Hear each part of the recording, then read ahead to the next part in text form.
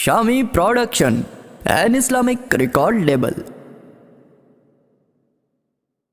مبادو فاعوذ باللہ من الشیطان الرجیم بسم اللہ الرحمن الرحیم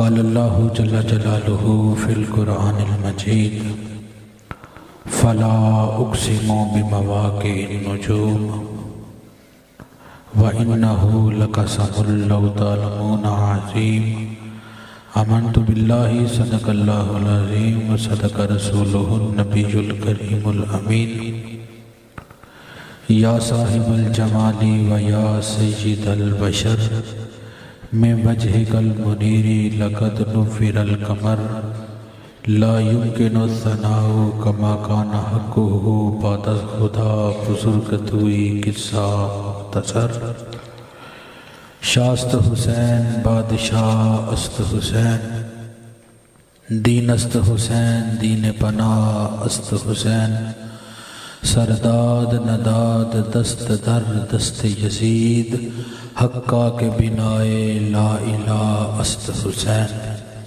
بلغ العلا بکمالہ کشف الدجی بجمالہ حسنت جمیع خصالہ صلو علیہ وآلہ ان اللہ وملائکتہ یصلون علی النبی یا ایھا الذین آمنوا صلوا علیہ وسلموا تسلیما۔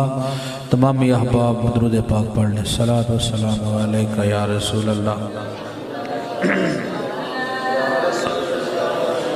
یا حبیب اللہ، صلاۃ والسلام علیکہ یا نبی اللہ وعلی آلکہ واصحابکہ یا رحمۃ للعالمین۔ اللہ کریم جل جلالہ کی حمد و ثنا، نبی رحمت شفیع امت شافع محشر صلی اللہ تعالی علیہ وآلہ وسلم کی ذات مقدسہ اور مطہرہ پر صلاۃ و سلام کا ہدیہ عرض کرنے کے بعد اللہ کریم کے فضل و کرم سے آج میں اور آپ اپنی زندگی کی ایک اندھیری رات کو ذکر مصطفیٰ سے روشن کر کے بیٹھے ہیں۔ خالق کائنات ہم سب کا یہاں پہ آنا مل بیٹھنا اپنی بارگاہ میں قبول فرمائے اور اس محفل پاک کو کل بروز قیامت ہمارے لیے ذریعہ نجات بنائے۔ ذکر علی و معاویہ کے حوالے سے مجھے حکم دیا گیا تو انشاءاللہ اسی حوالے سے چند گزارشات پیش کروں گا۔ تو میرے خیال میں اگر کوئی بندہ سنی کہنے والا نا اپنے آپ کو، تو علی کے ذکر پہ اس کو کہنا نہیں پڑتا کہ سبحان اللہ بولو۔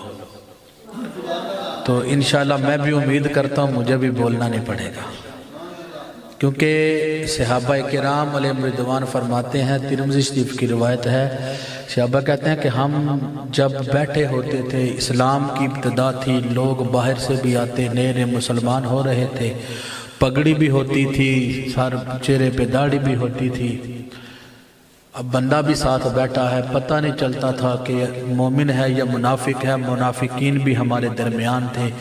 صحابہ کا طریقہ یہ تھا، صحابہ کہتے ہیں ہم ذکر علی شروع کر دیتے تھے، اگر علی کا نام سن کے چہرہ بگاڑ لیتا ہم سمجھ جاتے تھے منافق ہے، اور اگر علی کا نام سن کے خوش ہو جاتا ہم مصطفیٰ کا عاشق سمجھ لیا کرتے تھے۔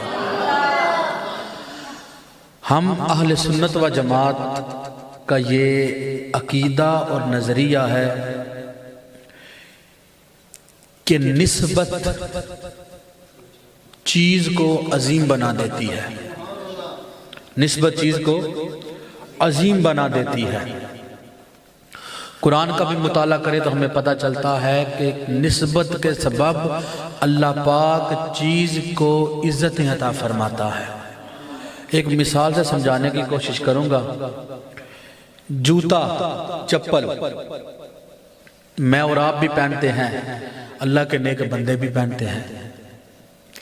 میں اور آپ جو چپل پہنتے ہیں ہم گناہگاروں کے ساتھ نسبت پا کے وہ جوتا اتنی حقیر اور ذلیل شے بن جاتا ہے کہ اگر کسی عزت دار بندے کو مارے بے شک نہ، دور سے کھڑا ہو کے اٹھا کے اپنا جوتا اس کو دکھا دیں نا، صرف دکھا دیں تو اس کی توہین ہو جاتی ہے۔ وہ اپنی بے ادبی سمجھتا ہے اس چیز کو، جوتا ہے، ہم سے نسبت ہوئی، اس جوتے کو عربی میں نالین کہتے ہیں، توجہ رکھیے گا، اس جوتے کو نسبت ہوئی ہم سے نسبت پا کے یہ اتنی حقیر شے بن جاتا ہے کہ کسی کو مارنا تو دور کی بات ہے، صرف دکھا دینا تو اس کی بے ادبی اور توہین ہو جاتی ہے۔ لیکن سورہ بقرہ اٹھا کے دیکھیے، اگر یہی جوتا رب کے کسی نبی کے قدموں کے ساتھ لگ جاتا ہے تو رب کا قرآن کہتا ہے تحملہ الملائکہ، فرشتے اس جوتے کو سر پہ اٹھا کے چلتے ہیں۔ تحملہ الملائکہ سورہ بقرہ میں تابوت سکینہ کا ذکر ہے کہ فرشتے اس کو اٹھا کے چلتے ہیں، اور مفسرین نے اس میں وضاحت فرمائی کہ تابوت سکینہ میں جناب موسیٰ کے نالین پاک بھی ہیں۔ تو نسبت عظیم بنا دیتی ہے۔ آپ دیکھیے کہ ایک بندہ ہزاروں سال نماز پڑھتا رہے، ہزاروں سال روزے رکھتا رہے، ہزاروں سال عبادتیں کرتا رہے، تلاوت قرآن کرتا رہے، کئی سال جناب والا کعبہ شریف کے طواف پہ لگاتا رہے، طواف کرتے کرتے زندگی گزر گئی، لیکن اس بندے کو وہ مقام حاصل نہیں ہوتا جو مقام رب کائنات اس مخلوق میں حضور کے صحابی کو عطا کرتا ہے۔ اب اس کا بھی سبب کیا ہے؟ صرف نسبت۔ اس کا بھی سبب کیا ہے؟ صرف نسبت۔ دیکھیے علماء نے صحابی کی تعریف کی ہے، ما لقی النبی مؤمنا بہ ومات علی الاسلام، جس شخص کی حضور کی زندگی مبارک میں حضور سے ملاقات ہوئی اور مصطفیٰ کریم کی زندگی میں ملاقات کے بعد وہ شخص اسلام پر ہی وفات پا گئے، وہ صحابی ہیں۔ ابھی وہ آپ نے مجھ سے پہلے بھی سنی کہ بچے نے جو میرے پہلے حدیث پاک بیان کی کہ تم اگر احد پہاڑ جتنا سونا بھی خرچ کرو رب کی راہ میں اور میرا صحابی ایک جو مٹھی صدقہ کرے تو اس صحابی کا ثواب تم سے کئی گنا زیادہ ہوگا، صحابی کے مقابلے میں نہیں پہنچ سکتے۔ اب صحابی بنتا کیسے ہے؟ کیا کثرت نماز سے بندہ صحابی بن جاتا ہے؟ کثرت تلاوت سے، کثرت طواف سے، کثرت عبادات سے؟ اگر آپ تھوڑی سی توجہ کریں نا، اگر کوئی کثرت عبادت سے اور کثرت نماز سے صحابی بنتا ہوتا، ہمیں آج بھی ہر مسجد میں صحابی مل جاتا۔ اگر کثرت طواف سے کوئی صحابی بنتا ہوتا تو ہمیں مکے کی ہر گلی میں صحابی نظر آتا۔ اگر کثرت تلاوت سے صحابی بنتا ہوتا، ہر مدرسے میں قاری قرآن صحابی بیٹھا ہوتا۔ اگر جناب والا کثرت تبلیغ سے کوئی صحابی بنتا ہوتا، ہمیں رائے ونڈ میں صحابی مل جاتا۔ لیکن قدرت کی آواز آتی ہے، ارے نادان اس حقیقت کو پہچان کہ صحابی کثرت طواف سے نہیں، صحابی کثرت عبادت سے نہیں بنتا، بلکہ صحابی زیارت مصطفیٰ سے بنتا۔ زیارت مصطفیٰ ایسی شان عطا فرماتی ہے کہ کائنات کی ساری عبادتیں اور عابدین بھی مل جائیں تو صحابی کے قدموں سے لگنے والی مٹی کا بھی مقابلہ نہیں کر سکتے۔ یہ ہے صرف جو ایک صحابی بن گئے۔ اگر کسی صحابی نے اسلام قبول کیا اور ایک لمحے کے لیے اسلام قبول کیا، اگلے ہی لمحے انتقال ہو گیا، کائنات کے سارے ولی غوث قطب ابدال قلندر مل جائیں، زندگی کی ساری عبادتیں مل جائیں، اس صحابی کے گرد راہ کو بھی نہیں پہنچ سکتی۔ یہ اہل سنت کا عقیدہ ہے۔ اب ذرا آگے چلیے، میرے مصطفیٰ کریم علیہ السلام نے حدیث پاک میں ارشاد فرمایا، اصحابی کا نجوم، میرے صحابہ ستاروں کی مانند ہیں، فَبِأَيِّهِمْ اِقْتَدَيْتُمْ اِهْتَدَيْتُمْ، تو ان میں سے تم جس کی بھی پیروی کرو گے کامیاب ہو جاؤ گے۔ اب ذرا توجہ آپ کی چاہوں گا، حضور نے فرمایا اصحابی کا نجوم، میرے صحابہ ستاروں کی طرح ہے۔ اب ذرا قرآن میں جو میں نے خطبے میں آیت مقدسہ پڑھی، رب کائنات سورہ واقعہ میں ارشاد فرماتا ہے، فَلَا أُقْسِمُ بِمَوَاقِعِ النُّجُومِ، محبوب مجھے ستاروں کے غروب ہونے کی جگہ کی قسم، اے محبوب مجھے ستاروں کے غروب ہونے کی جگہ کی قسم۔ کچھ چہرے مجھے ہنستے نظر آ رہے ہیں، شاید میری بات تک وہ پہنچ چکے ہیں، میں کیا کہنا چاہتا ہوں۔ رب کائنات فرماتا ہے کہ اے محبوب مجھے ستاروں کے غروب ہونے کی جگہوں کی قسم۔ مفسر قرآن جناب مفتی احمد یار نعیمی رحمت اللہ تعالی علیہ آپ فرماتے ہیں کہ اس جگہ پہ رب کائنات صحابہ کرام کے مزاروں کی قسم یاد فرما رہا ہے۔ سبب کیا ہے؟ مفتی صاحب کہتے ہیں یہ اصلی ستارے یہاں پہ مراد نہیں۔ کیوں؟ کہتے ہیں رب فرماتا ہے کہ مجھے ستاروں کے غروب ہونے کی جگہ کی قسم، اور عقل مند لوگ جانتے ہیں کہ ستارے غروب نہیں ہوتے، سورج کی روشنی کے سامنے چھپ جاتے ہیں۔ آپ میں سے کئی افراد نے دیکھا ہوگا، کئی بار ایسے ہوتا ہے کہ دن کو بھی تارے نظر آ جاتے ہیں۔ بعض لوگوں کو سورج سامنے نظر نہ آئے، بادل آ جائیں یا کسی وجہ سے سورج کی روشنی کم ہو تو تارے نظر آتے ہیں۔ بعض لوگوں کو قسمت کے ماروں کو ذکر علی سن کے دن میں تارے نظر آ جاتے ہیں، اور کچھ ایسے بدبخت بھی ہیں جن کو ذکر معاویہ سن کے بھی دن میں تارے نظر آ جاتے ہیں۔ تو دن میں تارے نظر آ جاتے ہیں تو پتا چلا کہ جو تاروں کے غروب ہونے کی جگہ ہے، مفتی احمد یار نعیمی فرماتے ہیں یہ صحابہ کی قبروں کی رب نے قسم یاد فرمائی ہے۔ اور اگلی آیت دیکھیے، رب کائنات فرماتا ہے وَإِنَّهُ لَقَسَمٌ لَوْ تَعْلَمُونَ عَظِيمٌ، اور اگر تم جانو تو یہ بہت بڑی قسم ہے۔ رب کائنات نے محبوب کے صحابہ کی قبروں کی قسم کو بہت بڑی قسم ارشاد فرمایا۔ اب اگر کوئی نسبت حضور سے پا جائے تو وہ ہدایت دینے والا بن جاتا ہے، اور اگر صحابی ہی ایسا ہو کہ جب ولادت ہوتی ہے تو مصطفیٰ کی بارگاہ میں غلام جاتا ہے، عرض کرتا ہے کہ اے محمد بن عبداللہ، ابھی اعلان نبوت نہیں ہوا، اے محمد بن عبداللہ آپ کے چچا کے گھر رب نے چاند سا بیٹا عطا فرمایا ہے، رب نے چاند سا بیٹا عطا فرمایا ہے۔ اب جناب اکرم صلی اللہ علیہ وسلم جلدی جلدی چچا کے گھر تشریف لاتے ہیں۔ جناب ابو طالب آپ بھی بیٹھے ہیں، حضرت مولا کائنات کی والدہ سیدہ فاطمہ بنت اسد رضی اللہ تعالیٰ عنہ جن کو حضور اپنی ماں کہا کرتے تھے، آپ بھی تشریف فرما ہیں۔ کہتے ہیں اے میری ماں مبارک ہو، رب نے آپ کو بیٹا عطا فرمایا ہے۔ کہتی ہیں بیٹا خیر مبارک، لیکن افسوس کی بات یہ ہے کہ ابھی تک میرے بیٹے نے آنکھیں نہیں کھولی، ہمیں ڈر ہے کہ میرا بیٹا نابینا ہے، ہمیں اندیشہ ہے کہ ہمارا بیٹا نابینا ہے۔ میرے مصطفیٰ جیسے ہی یہ بات سنتے ہیں جناب علی کو اٹھا کے ہاتھوں میں لیتے ہیں، جیسے مصطفیٰ کے ہاتھوں میں مولا علی آتے ہیں، مولا علی آنکھیں کھول دیتے ہیں۔ علماء فرماتے ہیں سبب کیا تھا؟ پہلے اتنی دیر ہو گئی آنکھیں نہیں کھولی، تو ابھی کیوں آنکھیں کھولی؟ کہتے ہیں سبب یہ ہے کہ علی چاہتے تھے جب علی دنیا میں آئے سب سے پہلے علی جس شے کو دیکھے وہ حضور کا چہرہ ہو۔ وہ کسی شاعر نے کہا نا، کیونکہ آنکھیں بنی حضور کے دیدار کے لیے ہیں، دل یاد لئی بنایا ہے تعریف لئی زبان، اکھیاں بنائیاں سونے دے دیدار واسطے۔ مولا کائنات دنیا میں آ کے جو سب سے پہلی شے دیکھی وہ میرے مصطفیٰ کا چہرہ ہے۔ پھر حضور اعلان نبوت کرتے ہیں، مولا علی 9 سال کی عمر میں سب سے پہلے اسلام قبول فرما لیتے ہیں۔ اس سے پہلے میں آگے چلوں ایک بات کی وضاحت کرتا چلتا ہوں، شاید آپ حضرات کیونکہ مجھے امید ہے کہ پہلی بار سنیں گے تھوڑا عجیب لگے گا۔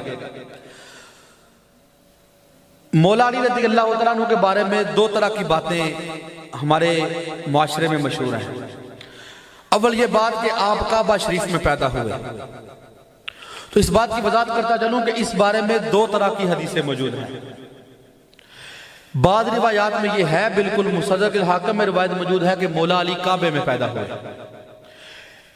اور حدیث کی کتابوں میں موجود ہے کہ مولا علی رضی اللہ تعالیٰ عنہ شاب ابی طالب میں پیدا ہوئے۔ دونوں طرح کی روایات موجود ہیں۔ اب کوئی کعبے میں ولادت مانے تو بھی کوئی مسئلہ نہیں، کوئی نہیں مانتا پھر بھی شرعی طور پہ گناہگار نہیں ہوگا۔ بولو گناہگار نہیں ہوگا۔ ایک جملہ کہہ دوں، اگر کوئی کعبے میں نہیں بھی مانتا یا بالفرض مولا علی کعبے میں پیدا نہیں ہوئے کوئی ثابت بھی کر دیتا ہے تو پھر بھی پریشان ہونے کی حاجت نہیں. کیوں؟ علی کعبے میں پیدا ہوں علی تب بھی علی ہے, علی کعبے میں نہ آئے علی تب بھی علی ہے. علی کی شان میں کوئی فرق نہیں ہے. دوسری بات مشہور یہ ہے کہ مولا علی رضی اللہ تعالیٰ عنہ 13 رجب المرجب کو پیدا ہوئے, جبکہ یہ بات اہل سنت کی کسی کتاب سے ثابت نہیں. میں نے پہلے کہا تھا شاید پہلی بار سنیں گے تھوڑا عجیب لگے گا. مولا علی رضی اللہ تعالیٰ عنہ 13 رجب کو پیدا ہوئے, یہ بات اہل سنت کی کسی کتاب سے ثابت نہیں. میں آندہ ریکارڈ بات کر رہا ہوں کیمرے پہ, اس کا جواب دے میں ہوتا. وہ صرف مولا علی نہیں, سیدنا صدیق اکبر, فاروق اعظم, عثمان غنی, مولا علی, سیدہ عائشہ, سیدہ فاطمہ رضی اللہ تعالیٰ عنہ, ان میں سے کسی کی بھی تاریخ ولادت کس تاریخ کو پیدا ہوئے یہ اہل سنت کی کسی کتاب سے ثابت نہیں ہے. پچھلے دنوں ایک پنڈی کے بہت بڑے حضرت صاحب میں مفتی کہا جاتا ہے اس کو, اور بڑی علی علی کرنے کے حوالے سے مشہور ہے. میں نے باقاعدہ اس کو کال کی اور کال کر کے میں نے اس چیز کی ڈیمانڈ کی. میں نے کہا کہ کیا آپ کے پاس اس بات کا کوئی حوالہ ہے کہ مولا علی 13 رجب کو پیدا ہوئے؟ اب اس بندے نے مجھے کہا میں تھوڑی دیر بعد آپ کو بتاتا ہوں. بڑا مشہور بندہ ہے, چینلوں پہ بھی آتا ہے, نام لینا مناسب نہیں سمجھتا, ہم اپنی محفلوں میں غیروں کے نام کیوں لیں. اچھا, اب اگلے دن میں نے اس بندے کو کال کی تو مجھے اس بندے نے کہا جی میں نے کافی کتابیں دیکھی ہیں تو واقعتاً اہل سنت کی کسی کتاب سے ثابت نہیں, لیکن ہاں, یہ اس بندے کے جملے ہیں, لیکن ہاں شیعوں کی کتابوں میں روایات موجود ہیں تو ان سے تاریخ لینے میں تو کوئی مسئلہ نہیں. میں نے کہا حضرت صاحب تاریخ آپ کو مبارک, آپ 13 رجب کو ذکر علی کریں, ہمیں کوئی مسئلہ نہیں, کیونکہ ہم مومن ہیں, منافق تو ہیں کوئی نہیں. ہم 13 رجب کو بھی علی علی کریں گے, انشاءاللہ پورا سال علی علی کریں گے, ہمیں ذکر علی سے کوئی مسئلہ نہیں. سمجھ آ گئی میری بات؟ یہ 2 باتوں کو میں نے وضاحت کرنا ضروری سمجھا, اس لیے میں نے آپ کو وضاحت کر دی. مولا علی رضی اللہ عنہ سب سے پہلے اسلام لے کر آتے ہیں. آقا صلی اللہ علیہ وسلم ہجرت کی رات آتی ہے, میرے مصطفیٰ کریم علیہ السلام کہتے ہیں علی میرے بستر پہ لیٹ جائیے, ہجرت کا حکم ہو چکا ہے, آپ لیٹ گئے, یہ کچھ کفار کی امانتیں میرے پاس موجود ہیں, یہ امانتیں لٹائیے گا, کفار کو واپس کر کے پھر میرے پیچھے مدینے چلے آئیے گا. اب کئی سال گزر گئے نا, مولا علی کوفہ کی جامع مسجد کے منبر پہ بیٹھے تھے تو ایک پوچھنے والا سوال کرتا ہے علی ایک سوال ذہن میں آتا ہے, سوال کر لوں؟ آپ فرماتے ہیں پوچھو. تو کہتے ہیں ارشاد فرمائیے کہ کیا کبھی زندگی میں چین اور سکون اور اطمینان کی نیند سوئے ہیں؟ کہاں ایک رات میں بڑے سکون کی نیند سویا تھا, ایک رات میں بڑے سکون کی نیند سویا تھا. اس نے کہا یا علی سرکار کون سی رات؟ کہا جب مصطفیٰ نے مجھے اپنے بستر پہ سلایا تھا. وہ بندہ بڑا حیران ہوا, کہنے لگا حاجی صاحب, وہ بندہ کہتا ہے اے علی اس دن سکون کی نیند سوئے تھے؟ حالانکہ اس دن تو 40 کافر گھر کے باہر کھڑے تھے اور ارادہ تھا کہ ابھی ہم گھر میں داخل ہوں گے اور مصطفیٰ کو شہید کر دیں گے. حضور کو شہید کرنے کے معاذ اللہ ارادے سے وہ 40 کافر باہر ننگی تلواریں لیے کھڑے تھے. مجھے ارشاد فرمائیے 40 تو 40, ایک بندہ بھی ہمیں باہر قتل کرنے کے لیے کھڑا اور ہمیں پتہ چل جائے, نیند آئے گی؟ سکون کی نیند تو دور کی بات ہے, نیند بھی نہیں آئے گی. وہ کہتا ہے یا علی سرکار 40 بندے شہید کرنے کے ارادے سے کھڑے ہیں اور آپ جس بستر پہ لیٹے تھے وہ بستر موت تھا, تو وہاں پہ سکون کی نیند کیسے آ گئی؟ میرے علی کہتے ہیں اس لیے آئی کیونکہ میرے مصطفیٰ نے فرمایا تھا علی سو جاؤ صبح اٹھنا. تو میرے مصطفیٰ کا یہ جو جملہ تھا علی صبح اٹھنا, تو مجھے پتا چل گیا کہ علی کسی بھی رات کو مر سکتا ہے, لیکن آج کی رات علی کو موت نہیں آ سکتی.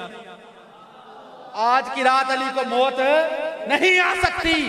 سبب کیا ہے؟ مصطفیٰ نے سلانے سے پہلے کہا تھا علی صبح اٹھنا, تو کہا ساری زندگی میں نے کبھی سکون کی نیند نہیں سویا, لیکن اس رات میں سکون کی نیند سویا تھا. کئی باتیں ایسی تھی جو میں نے بیان کرنی تھی, لیکن مجھ سے پہلے وہ نعت کی صورت میں, اشعار کی صورت میں بیان ہوتی رہی. تو ان کو کٹ آف کر کے آگے چلتے ہیں فتح خیبر کے موقع پہ. خیبر فتح ہوتا ہے. مرحب کا واقعہ بھی آپ نے سنا کہ مرحب کو مولا کائنات نے آپ نے اس کو قتل کیا. سارا قلعہ بھی فتح ہوا. اس میں بھی صحابہ کرام جو قلعہ قموس تھا مرحب کا, وہاں پہ ابوبکر صدیق کی پہلے سربراہی میں لشکر گیا, پھر فاروق اعظم کی سربراہی میں گیا, لیکن فتح حاصل نہ ہو سکی. تو میرے مصطفیٰ نے فرمایا کل جھنڈا اس کو دوں گا کہ جس کے ہاتھ پہ رب فتح بھی عطا فرمائے گا اور اس سے اللہ اور اس کا رسول محبت بھی کرتے ہوں گے. جناب فاروق اعظم فرماتے ہیں مجھے زندگی میں کبھی کوئی حسرت نہیں ہوئی, لیکن اس رات میں چین کی نیند نہیں سویا. ساری رات یہی تمنا کرتا رہا, یا اللہ کاش کل حضور مجھے جھنڈا عطا فرما دیں تاکہ میرے لیے سند ہو جائے کہ عمر فاروق سے رب اور رسول محبت کرتے ہیں. اب صبح ہوتی ہے, ہر صحابی کا یہی ایک تمنا اور یہی آرزو تھی کہ جھنڈا مجھے عطا کیا جائے, لیکن حضور فرماتے ہیں این علی ابن ابی طالب, میرا ویر علی کہاں ہے؟ کہا جاتا ہے یا رسول اللہ ان کی آنکھیں دکھتی ہیں. فرمایا بلایا جائے. مولا علی حاضر ہوتے ہیں, یا رسول اللہ میری آنکھوں میں درد ہے. حضور لعاب دہن لگا کے مولا علی کی آنکھوں پہ لگاتے ہیں. مولا علی فرماتے ہیں مجھے پتہ ہی نہ چلا, میری رب نے اسی وقت تکلیف کو دور فرما دیا. اب مولا علی جاتے ہیں رب کائنات مولا علی کے سربراہی میں لشکر اسلام کو فتح عطا فرماتا ہے. جنگ خیبر سے واپسی ہے, ایک مقام پہ حضور رکتے ہیں, وضو فرماتے ہیں اور نماز ادا کرتے ہیں. جب نماز ادا کر لی نا تو نماز ادا کرنے کے بعد حضور فرماتے ہیں علی مجھے نیند آ رہی ہے, میں نے سونا ہے. اب اور حالت اب قافلہ ہوتا ہے نا, جب قافلے میں بندہ سفر کر رہا ہو تو بعض افراد سامان سمیٹنے میں لگے ہوتے ہیں, بعض اور اب حضور نے نماز پڑھ رہی تھی اور مولا علی نبی عصر کی نماز نہیں پڑھی تھی. اب ایک طرف رب کی عبادت ہے, ایک طرف حضور کا آرڈر ہے. اب مولا علی رضی اللہ عنہ بغیر کوئی بات کیے نا بیٹھ جاتے ہیں اور حضور مولا علی کی گود میں سر رکھ کے سو جاتے ہیں. اور حدیثوں کا مطالعہ کریں تو پتہ چلتا ہے حضور اس دن حقیقت میں دیکھا جائے تو مولا علی کے عشق کا امتحان لے رہے تھے. کیوں؟ کیونکہ حضور کی حدیث پاک حضور فرماتے ہیں میرا دل نہیں سوتا, میری آنکھیں سوتی ہیں. اور یہی سبب تھا کہ سونے سے حضور کا وضو نہیں ٹوٹتا تھا. اب مولا علی تشریف فرما ہے, حضور صلی اللہ علیہ وسلم نیند فرما رہے ہیں یہاں تک کہ سورج غروب ہو جاتا ہے. اب جب سورج غروب ہوا, عصر کی نماز ادا نہیں کی تھی, میرے مولا علی کی آنکھوں سے آنسو نکلے دکھ کی وجہ سے کہ میری نماز قضا ہو گئی, اور وہ آنسو حضور کے چہرے پر پڑے. میرے مصطفیٰ نے آنکھوں کو کھول دیا. یہاں پہ ایک چھوٹی سی بات کرتا چلوں, ہم علی علی کرنے والے سارے بیٹھے ہیں. علی کی ایک عصر قضا ہو تو دکھ کی وجہ سے آنسو نکل آتے ہیں, لیکن ہم کیسے علی علی کرنے والے ہیں کہ ہم بستر میں بیٹھ جاتے ہیں, نمازوں کا وقت گھروں میں گزار دیتے ہیں, چوکوں میں بازاروں میں گزار دیتے ہیں. اللہ کرے ہم حقیقی معنوں میں مولا علی سے محبت کرنے والے بن جائیں. آقا صلی اللہ علیہ وسلم اٹھتے ہیں, کہتے ہیں علی کیا ہوا؟ عرض کی یا رسول اللہ نماز قضا ہو گئی ہے. اب میرے مصطفیٰ کا سوال دیکھیے گا, توجہ چاہوں گا باپ کی. جو سردی میں بیٹھے ہیں نا, اب انشاءاللہ سردی ان کی دور ہوگی اگلے جملوں پہ. حضور کہتے ہیں علی ادا پڑھنی ہے کہ قضا پڑھنی ہے؟ علی ادا پڑھنی ہے کہ قضا پڑھنی ہے؟ اب روایت میں آتا ہے مولا علی نے حضور کی چہرے کی طرف آنکھوں کو اٹھایا اور حضور کی زیارت کی اور منہ سے کچھ نہیں بولے, گویا کہ زبان حال سے کہہ رہے تھے یا رسول اللہ آپ نہ ہوتے تو علی کی قضا ہوتی ہی نہ, یا علی کی قضا ہوتی تو علی قضا پڑھ لیتے, لیکن آپ کے ہوتے ہوئے علی ادا ہی پڑھے گا. اب میرے مصطفیٰ کریم علیہ السلام اپنے ہاتھوں کو اٹھاتے ہیں اور رب کی بارگاہ میں دعا دیکھئے گا کیا کرتے ہیں. اس سے پہلے ایک سوال کرتا چلوں, بتائیے گا نماز چھوڑنا ثواب کا کام ہے گناہ کا؟ پیچھے والے بھی بول دو, مجھے پتہ ہے نہیں ہو پڑھتے, بول دے سڑو. ثواب ہے کہ گناہ؟ نماز چھوڑنا گناہ. اب کیا ہوا, مولا علی کی نماز قضا ہو رہی ہے, میرے مصطفیٰ ہاتھوں کو اٹھا کہتے ہیں اللہم اِنَّا عَلِيًّا فِي طَاعَتِكَ وَطَاعَتِ رَسُولِكَ, یا اللہ علی تیری اور تیرے محبوب کی فرما برداری کر رہا تھا. اب حضور دعا کرتے ہیں، اپنے ہاتھ کو اٹھاتے ہیں اور شہادت انگلی کو بلند کر کے سورج کو اشارہ کرتے ہیں۔ میرے مصطفیٰ کی انگلی کا اشارہ ہوتا ہے، سورج واپس عصر پہ آ جاتا ہے۔ مولا علی عصر کی نماز اس کے وقت پہ ادا فرما لیتے ہیں۔ اب یہاں پہ ایک اور حدیث پاک بیان کر کے عقیدے کی وضاحت کرتا چلوں۔ ہم اہل سنت کا مولا علی کے بارے میں عقیدہ کیا ہے؟ ایک حدیث پاک میں حضور فرماتے ہیں، میرے مصطفیٰ نے فرمایا کہ سورج جب روزانہ غروب ہوتا ہے، جب روزانہ جو جاگ رہے ہیں اور سن رہے ہیں ایک بار سبحان اللہ کہہ دیں۔ میرے مصطفیٰ نے فرمایا جب سورج روزانہ غروب ہوتا ہے نا تو یہ رب کے حضور سجدے میں چلا جاتا ہے، رب کے حضور سجدے میں چلا جاتا ہے۔ اب پھر فیصلہ آپ پہ رکھوں گا، مجھے ارشاد فرمائیے گا کہ سجدہ کرنا رب کو یہ عبادت ہے؟ اس دن جب سورج غروب ہوا تو کہاں گیا؟ رب کی بارگاہ میں سجدے میں۔ اس دن بھی سورج غروب ہوا تو رب کی بارگاہ میں سجدے میں تھا اور عبادت خدا کر رہا تھا۔ جب عبادت خدا ہو رہی تھی میرے مصطفیٰ کی انگلی ہلتی ہے، عبادت خدا رک جاتی ہے۔ اب پھر مجھے کہنے دیجئے کہ جس کے لیے اور جو بندہ جاگا بیٹھا ہوگا اس جملے پہ سبحان اللہ تڑپ کے بولے گا، مجھے کہنے دیجئے اس دن بھی سورج غروب ہوا ہوگا، رب کی بارگاہ میں سجدے میں گیا ہوگا، عبادت خدا بندی کر رہا ہوگا۔ اب جس کے ہاتھ اشارہ کریں اور رب کی عبادت رک جائے، جو رب کی عبادت کو روک دے اسے نبی کہتے ہیں، اور جس کے لیے خدا کی عبادت رک جائے اس کو ہم سنی علی کہتے ہیں۔ مصطفیٰ کے واحد صحابی ہیں جن کے لیے حضور نے سورج کو بھی واپس بلا لیا تھا، اور کسی صحابی کو رب نے نشان عطا نہیں فرمائی۔ میرے مصطفیٰ کریم صلی اللہ علیہ وسلم کے صحابی، آپ نے ایک حدیث پاک تھوڑی دیر پہلے سنی کہ سیدنا ابوبکر صدیق، بخاری شریف کی روایت ہے، سیدہ عائشہ صدیقہ عرض کرتی ہیں ابا جان میں دیکھتی ہوں کہ جب بھی مولا علی تشریف لاتے ہیں آپ ان کے چہرے کو دیکھتے رہتے ہیں نظر جما کے، اس کا سبب کیا ہے؟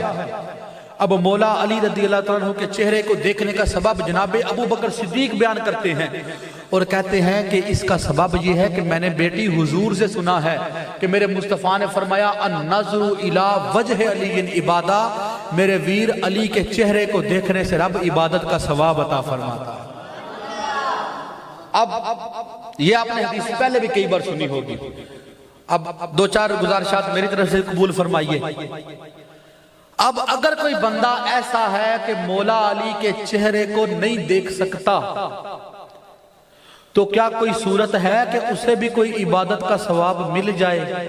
مثال کے طور پہ مولا علی تشریف لے کے جا رہے ہیں، ایک بندہ چہرہ نہیں مولا علی کے ہاتھ مبارک دیکھ لیتا ہے، پشتے مبارک دیکھ لیتا ہے، قدموں کو دیکھتا ہے مولا علی کے، تو کیا اس کے لیے بھی کوئی بشارت ہے؟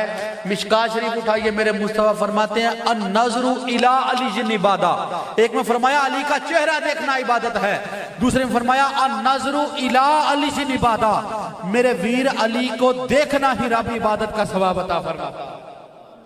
اگلی حدیث سنیے، ایک بندہ چہرہ بھی نہیں دیکھ سکتا، مولا علی کے جسم مبارک بھی زیارت بھی نہیں کر سکتا، جیسے میں اور آپ بیٹھے ہیں ہم نہیں دیکھ سکتے، تو کیا کوئی صورت ہے کہ ہم بھی اس سے کوئی حصہ لے لیں، ہم بھی کوئی مولا علی کی جناب والا اس فضیلت جو آپ کی بیان کی گئی ہمیں بھی حصہ مل جائے؟ تو میرے مصطفیٰ ارشاد فرماتے ہیں ذکر علی جن عبادہ، اگر کوئی چہرہ نہیں بھی دیکھ سکتا، جناب ذات گرامی علی نہیں دیکھ سکتا، اگر علی کا ذکر کر لے رب کائنات ذکر علی سے بھی عبادت کا ثواب عطا فرماتا۔ اب ایک بندہ چہرہ بھی نہیں دیکھ سکتا، آپ کی ذات گرامی بھی نہیں دیکھ سکتا، اور رب نے قدرتی پیدا ہی ایسے کیا ہے کہ گنگا ہے، زبان سے بول بھی نہیں سکتا، کیا اس کو بھی کوئی فیض ملے گا؟ اللہ اکبر کبیرہ۔ پھر میرے مصطفیٰ بولے تو حضور ارشاد فرماتے ہیں حب علی جن عبادہ، کوئی چہرہ نہیں دیکھ سکتا، ذات گرامی نہیں دیکھ سکتا، ذکر علی نہیں کر سکتا، اپنے سینے کے اندر جو دل ہے اس دل میں علی کی محبت رکھے، محبت علی سے بھی رب عبادت کا ثواب عطا فرماتا۔ اللہ مسلم شریف کی حدیث پاک ہے، میرے مصطفیٰ کریم ایک مرتبہ نا سفر میں جا تھک تو نہیں گئے آپ لوگ؟ اگر تھک گیا تو سبحان اللہ کہہ دیں، جو نہیں تھکے آپ وہ سبحان اللہ کہہ دیں۔ مسلم شریف کی حدیث پاک ہے، حضور ایک بار قافلے کے ساتھ جا رہے تھے، ایک جگہ پر رکے، سفر میں تھے، چند صحابہ حضور کی بارگاہ میں حاضر ہوئے، عرض کی یا رسول اللہ کھانا تو ہم نے کھانا ہے لیکن کھانے کے لیے سالن ختم ہو چکا ہے، روٹی ہے لیکن کھانے کے لیے کوئی سالن کی چیز موجود نہیں، سارے بولو چیز موجود نہیں۔ ابھی وہ صحابہ یہ بات کر رہے تھے، صحابی جو حدیث پاک روایت کرتے ہیں وہ کہتے ہیں ہم نے دیکھا کہ شہد کی مکھی آئی اور آ کر نا حضور کے اوپر ایسے گھومنا شروع کر دیا۔ اب میرے مصطفیٰ کیونکہ ساری مخلوقات کے نبی تھے، حضور سب کی بولیاں بھی جانتے تھے، اب وہ صحابی اپنی بات چھوڑتے کہتے ہیں یا رسول اللہ یہ شہد کی مکھی کیا کہہ رہی ہے؟ تو حضور فرماتے ہیں صحابہ یہ کہہ رہی ہے کہ اپنے صحابہ کو کہیے کہ اگر ان کے پاس سالن نہیں ہے نا تو یہ پاس ایک درخت پہ ہم نے اپنے چھتا لگایا ہوا ہے، اپنے کسی صحابی کو بھیجیے، وہ جا کر شہد کا چھتا اتار لائے، آپ کے صحابہ اس کے ساتھ کھانا کھا لیں۔ اب اس میں بڑی توجہ طلب بات جو میں نے بات اب شروع کر دیا نا، انشاءاللہ پورے بیان کی باتیں ایک طرف اور اس میں جو جملہ آئے گا وہ ایک طرف۔ میرے حضور کی نگاہ ناز اٹھتی ہے، حضور صحابہ میں کہتے ہیں این علی بن ابی طالب، علی کدھر ہے؟ مولا علی حاضر ہوتے ہیں، حضور فرماتے ہیں جاؤ اس شہد کی مکھی کے ساتھ اور جا کر شہد اتار کے لے آؤ۔ اب مولا علی جاتے ہیں اس چھتے پہ، چھتے کو اتارتے ہیں، تشریف لے آتے ہیں، صحابہ کرام کھانا کھاتے ہیں۔ جب کھانا کھا لیتے ہیں نا، صحابہ کھانے سے فارغ ہوتے ہیں تو کیا دیکھتے ہیں وہ شہد کی مکھی دوبارہ آ کر نا حضور کے اوپر طواف کرنا شروع کر دیتی ہے، پھر چکر لگانا شروع کر دیتی ہے۔ اب صحابہ پھر کہتے ہیں یا رسول اللہ اب یہ کیا کہہ رہی ہے؟ اب حضور جب یہ صحابہ کی بات سنتے ہیں، حضور کہتے ہیں یا ایھا النحل تعالینا الیہ، اے شہد کی مکھی قریب آؤ میری بات سنو۔ اب اگر کسی کو یہ حیرانگی ہونا کہ شہد کی مکھی کو حضور بلا رہے ہیں، اب وہ حضور سے باتیں کرے گی، تو رب کا قرآن اٹھا کے جناب سلیمان پیغمبر کا اور چونٹی والا واقعہ وہ پڑھ لے، اس کو سمجھ آ جائے گی۔ اگر جناب سلیمان پیغمبر چونٹی سے بات کر سکتے ہیں تو امام الانبیاء شہد کی مکھی سے بھی گفتگو کر سکتے ہیں۔ اب وہ آتی ہے اور قربان جاؤں شہد کی مکھی کی قسمت پہ کہ وہ ید اللہ کے ہاتھوں والے مصطفیٰ کے ہاتھ پہ بیٹھ جاتی ہے۔ اب حضور اس سے سوال کرتے ہیں، حضور کہتے ہیں یا ایھا النحل تعالینا الیہ، میرے قریب آؤ، پاس آؤ۔ اب جب مکھی آتی ہے حضور کہتے ہیں کہ مجھے ایک سوال کا جواب دو۔ کہتے ہیں یا رسول اللہ پوچھئے۔ اب حضور سوال کیا کرتے ہیں؟ کہتے ہیں تاکلینا مرن و تخرجینا حلوا ما شانکی، کہ شہد کی مکھی تو جب پھولوں کا رس چوستی ہے وہ تو کڑوا ہوتا ہے، تو پھر یہ جب تو اس کو منہ سے نکالتی ہے تو یہ میٹھا کیسے بن جاتا ہے؟ ما شانکی، یہ تیرا معاملہ کیا ہے؟ اب وہ مکھی جواب دیتی ہے، علی کو ماننے والوں اپنے مقدروں پہ ناز کیجئے گا۔ مکھی کہتی ہے کلما آکلو اصلی علیک وعلی اہل بیتک، یا رسول اللہ جب بھی میں کسی بھی پھول کے اوپر بیٹھتی ہوں اور رس چوسنے لگتی ہوں، ہوتا تو کڑوا ہے، میں کرتی کیا ہوں؟ میں آپ پر اور آپ کی اہل بیت پر درود پڑھنا شروع کر دیتی ہوں۔ اور صرف درود نہیں پڑھتی، مکھی نے دو کام بتائے، کہتی وَكُلَّمَا آكُلُ أَلْعَنُ عَلَىٰ أَعْدَائِكَ وَأَهْلِ بَيْتِكَ، یا رسول اللہ درود بھی پڑھتی ہوں، ساتھ میں آپ کے اور آپ کی اہل بیت کے دشمنوں پہ لعنت بھی کرتی ہوں۔ اس فعل کی، اس کام کی برکت ہوتی ہے، رب کائنات اس کڑوے کو میٹھے شہد میں تبدیل فرما دیتا ہے۔ اہل بیت میں مولا علی آتے ہیں کہ نہیں آتے؟ شہد ماکھیوں وہ مولوی بھی کھا جاتا ہے جو علی کو مولا نہیں مانتا۔ اس بے وقوف کو اتنا بھی نہیں پتا کہ یہ شہد کی مٹھاس جو تجھے نصیب ہو رہی ہے نا، یہ علی پر درود پڑھنے کی برکت سے نصیب ہو رہی ہے۔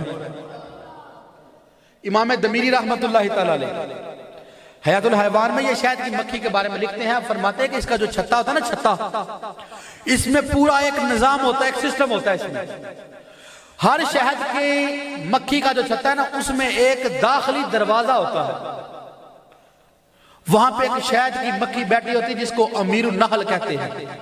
اور یاسوب بھی کہتے ہیں، یا عین سین واو با۔ آخری باتیں کرنے لگا ہوں، بیان کو پھر ختم کرتے ہیں، ذرا توجہ سے سنیے گا۔ یا عین سین واو با۔ امام دمیری فرماتے ہیں اس مکھی کا یہ کام ہے کہ رب کائنات نے اندہ مکرات، قدرتی طور پہ اس شہد کی مکھی کو، جو مکھیوں کی سردار چھتے کی مکھی ہے، اس کو رب کائنات نے قدرتی طور پہ ایک کینچی عطا فرمائی ہے۔ اب ہوتا کیا ہے، جو بھی مکھی باہر سے آتی ہے نا رس چوس کر، یشم فاہو، وہ شہد کی مکھی جو امیر اور سردار ہے، وہ باہر سے آنے والی مکھی کا منہ سونگتی ہے، وہ سونگ کر دیکھتی ہے، اگر تو درود پڑھتی آتی ہے تو اس مکھی کو خوشبو آتی ہے، تو اس کو کہتی ہے ٹھیک ہے چھتے میں داخل ہو جاؤ، اس کو چھتے میں داخل کر دیتی ہے۔ اور اگر بے درودی آتی ہے، امام دمیری رحمت اللہ تعالی حیات الحیوان میں لکھتے ہیں، آپ فرماتے ہیں فَيَقْتَعُ النِّصْفَيْنِ، تو وہ شہد کی مکھی سردار اس بے درودی مکھی کو درمیان سے کاٹ کے دو حصوں میں تقسیم کر دیتی ہے کہ یہ بے درودی مکھی ہے، یہ چھتے میں داخل ہے۔ اب جملہ سنیے گا جو میں نے آپ کو کہا تھا، اس مکھی کا نام ہے یاسوب۔ کیا نام ہے اس مکھی کا؟ نام ہے یاسوب، اور کام یہ ہے کہ بے درودی مکھی کو چھتے میں داخل نہیں ہونے دیتی۔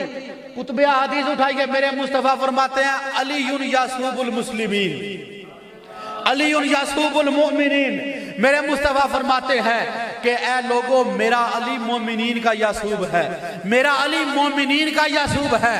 اور کوفے کی جامعہ مسجد کے منبر پہ میرا پیر علی تشریف فرما ہے، آپ اعلان کرتے ہیں، کہتے ہیں یا ایھا الناس، اے لوگو، انا یاسوب المسلمین، میں مسلمانوں کا یاسوب ہوں۔ ان دونوں باتوں کو سامنے رکھیں تو مطلب کیا بنتا ہے، وہ مکھی مکھیوں کی یاسوب ہے، کسی بے درودی کو چھتے میں نہیں جانے دیتی۔ میرا پیر علی مومنوں کا یاسوب ہے۔ کل قیامت کے دن میرا پیر علی جنت کے دروازے پہ کھڑا ہوگا، جنت میں وہی جائے گا جو مصطفیٰ کی ذات پہ درود پڑھتا ہوگا۔ کسی بے درودے کو یاسوب المسلمین جنت میں داخل نہیں ہونے دیں گے، جنت میں وہی جائے گا جو مصطفیٰ کی ذات پہ درود پڑھتا ہوگا۔ آخری حدیث پاک بیان کرتا ہوں، چونکہ اسی مہینے کے اندر ذکر مولا علی بھی ہوتا ہے، اور اسی مہینے کی 22 تاریخ کو، رجب المرجب کی 22 تاریخ کو حضرت سیدنا امیر معاویہ رضی اللہ عنہ کا اس سے مبارک بھی ہے۔ یہ حضور کے عظیم صحابی، عام طور پہ نا یہ شیطان جو ہوتا ہے نا کہ ذہن میں باتیں ڈالتا ہے کہ معاذ اللہ امیر معاویہ رضی اللہ تعالیٰ عنہ کی مولا علی سے کیونکہ جنگ ہوئی تو اس لیے مولا علی رضی اللہ تعالیٰ عنہ جو ہے نا وہ معاذ اللہ کافر تک بکواس کر کے کہہ دیتے ہیں معاذ اللہ امیر معاویہ کو، ان کے بارے میں غلط قسم کی باتیں کرتے ہیں۔ اگر اس بات پہ گفتگو کی جائے تو یہ موضوع بڑا لمبا ہو جاتا ہے، اس پہ کوئی بات کرنا چاہے، گفتگو کرنا چاہے، ہم انشاءاللہ 24 گھنٹے ہر وقت حاضر ہیں۔ میں اس بات کے رد میں کہ جو یہ معاذ اللہ شیطان ذہن میں باتیں ڈالتا ہے نا کہ صحابہ کی آپس میں کوئی دشمنیاں تھی، تو اس کے رد میں آپ کو بڑی پیاری حدیث پاک سنانے لگا ہوں۔ اللہ اکبر کبیرہ۔ روایات میں آتا ہے کہ ایک مرتبہ نا بادشاہ اسلام، جو پہلے بادشاہ اسلام تھے، حضرت امیر معاویہ رضی اللہ تعالیٰ عنہ اپنے محل میں تشریف فرما تھے اپنے، اور وقت وہ تھا کہ جب مولا علی سے جنگ ہو چکی تھی، مولا علی شہید بھی ہو چکے تھے، آپ اپنے مزار مبارک میں تشریف لے جا چکے ہیں۔ جناب میرے معاویہ بادشاہ اسلام امیر المومنین ہیں، اپنے تخت پہ بیٹھے ہیں اپنے محل کے اندر، اور لوگوں کو مخاطب کر کہتے ہیں دربار والو، آج مجھے علی کا ذکر سناؤ۔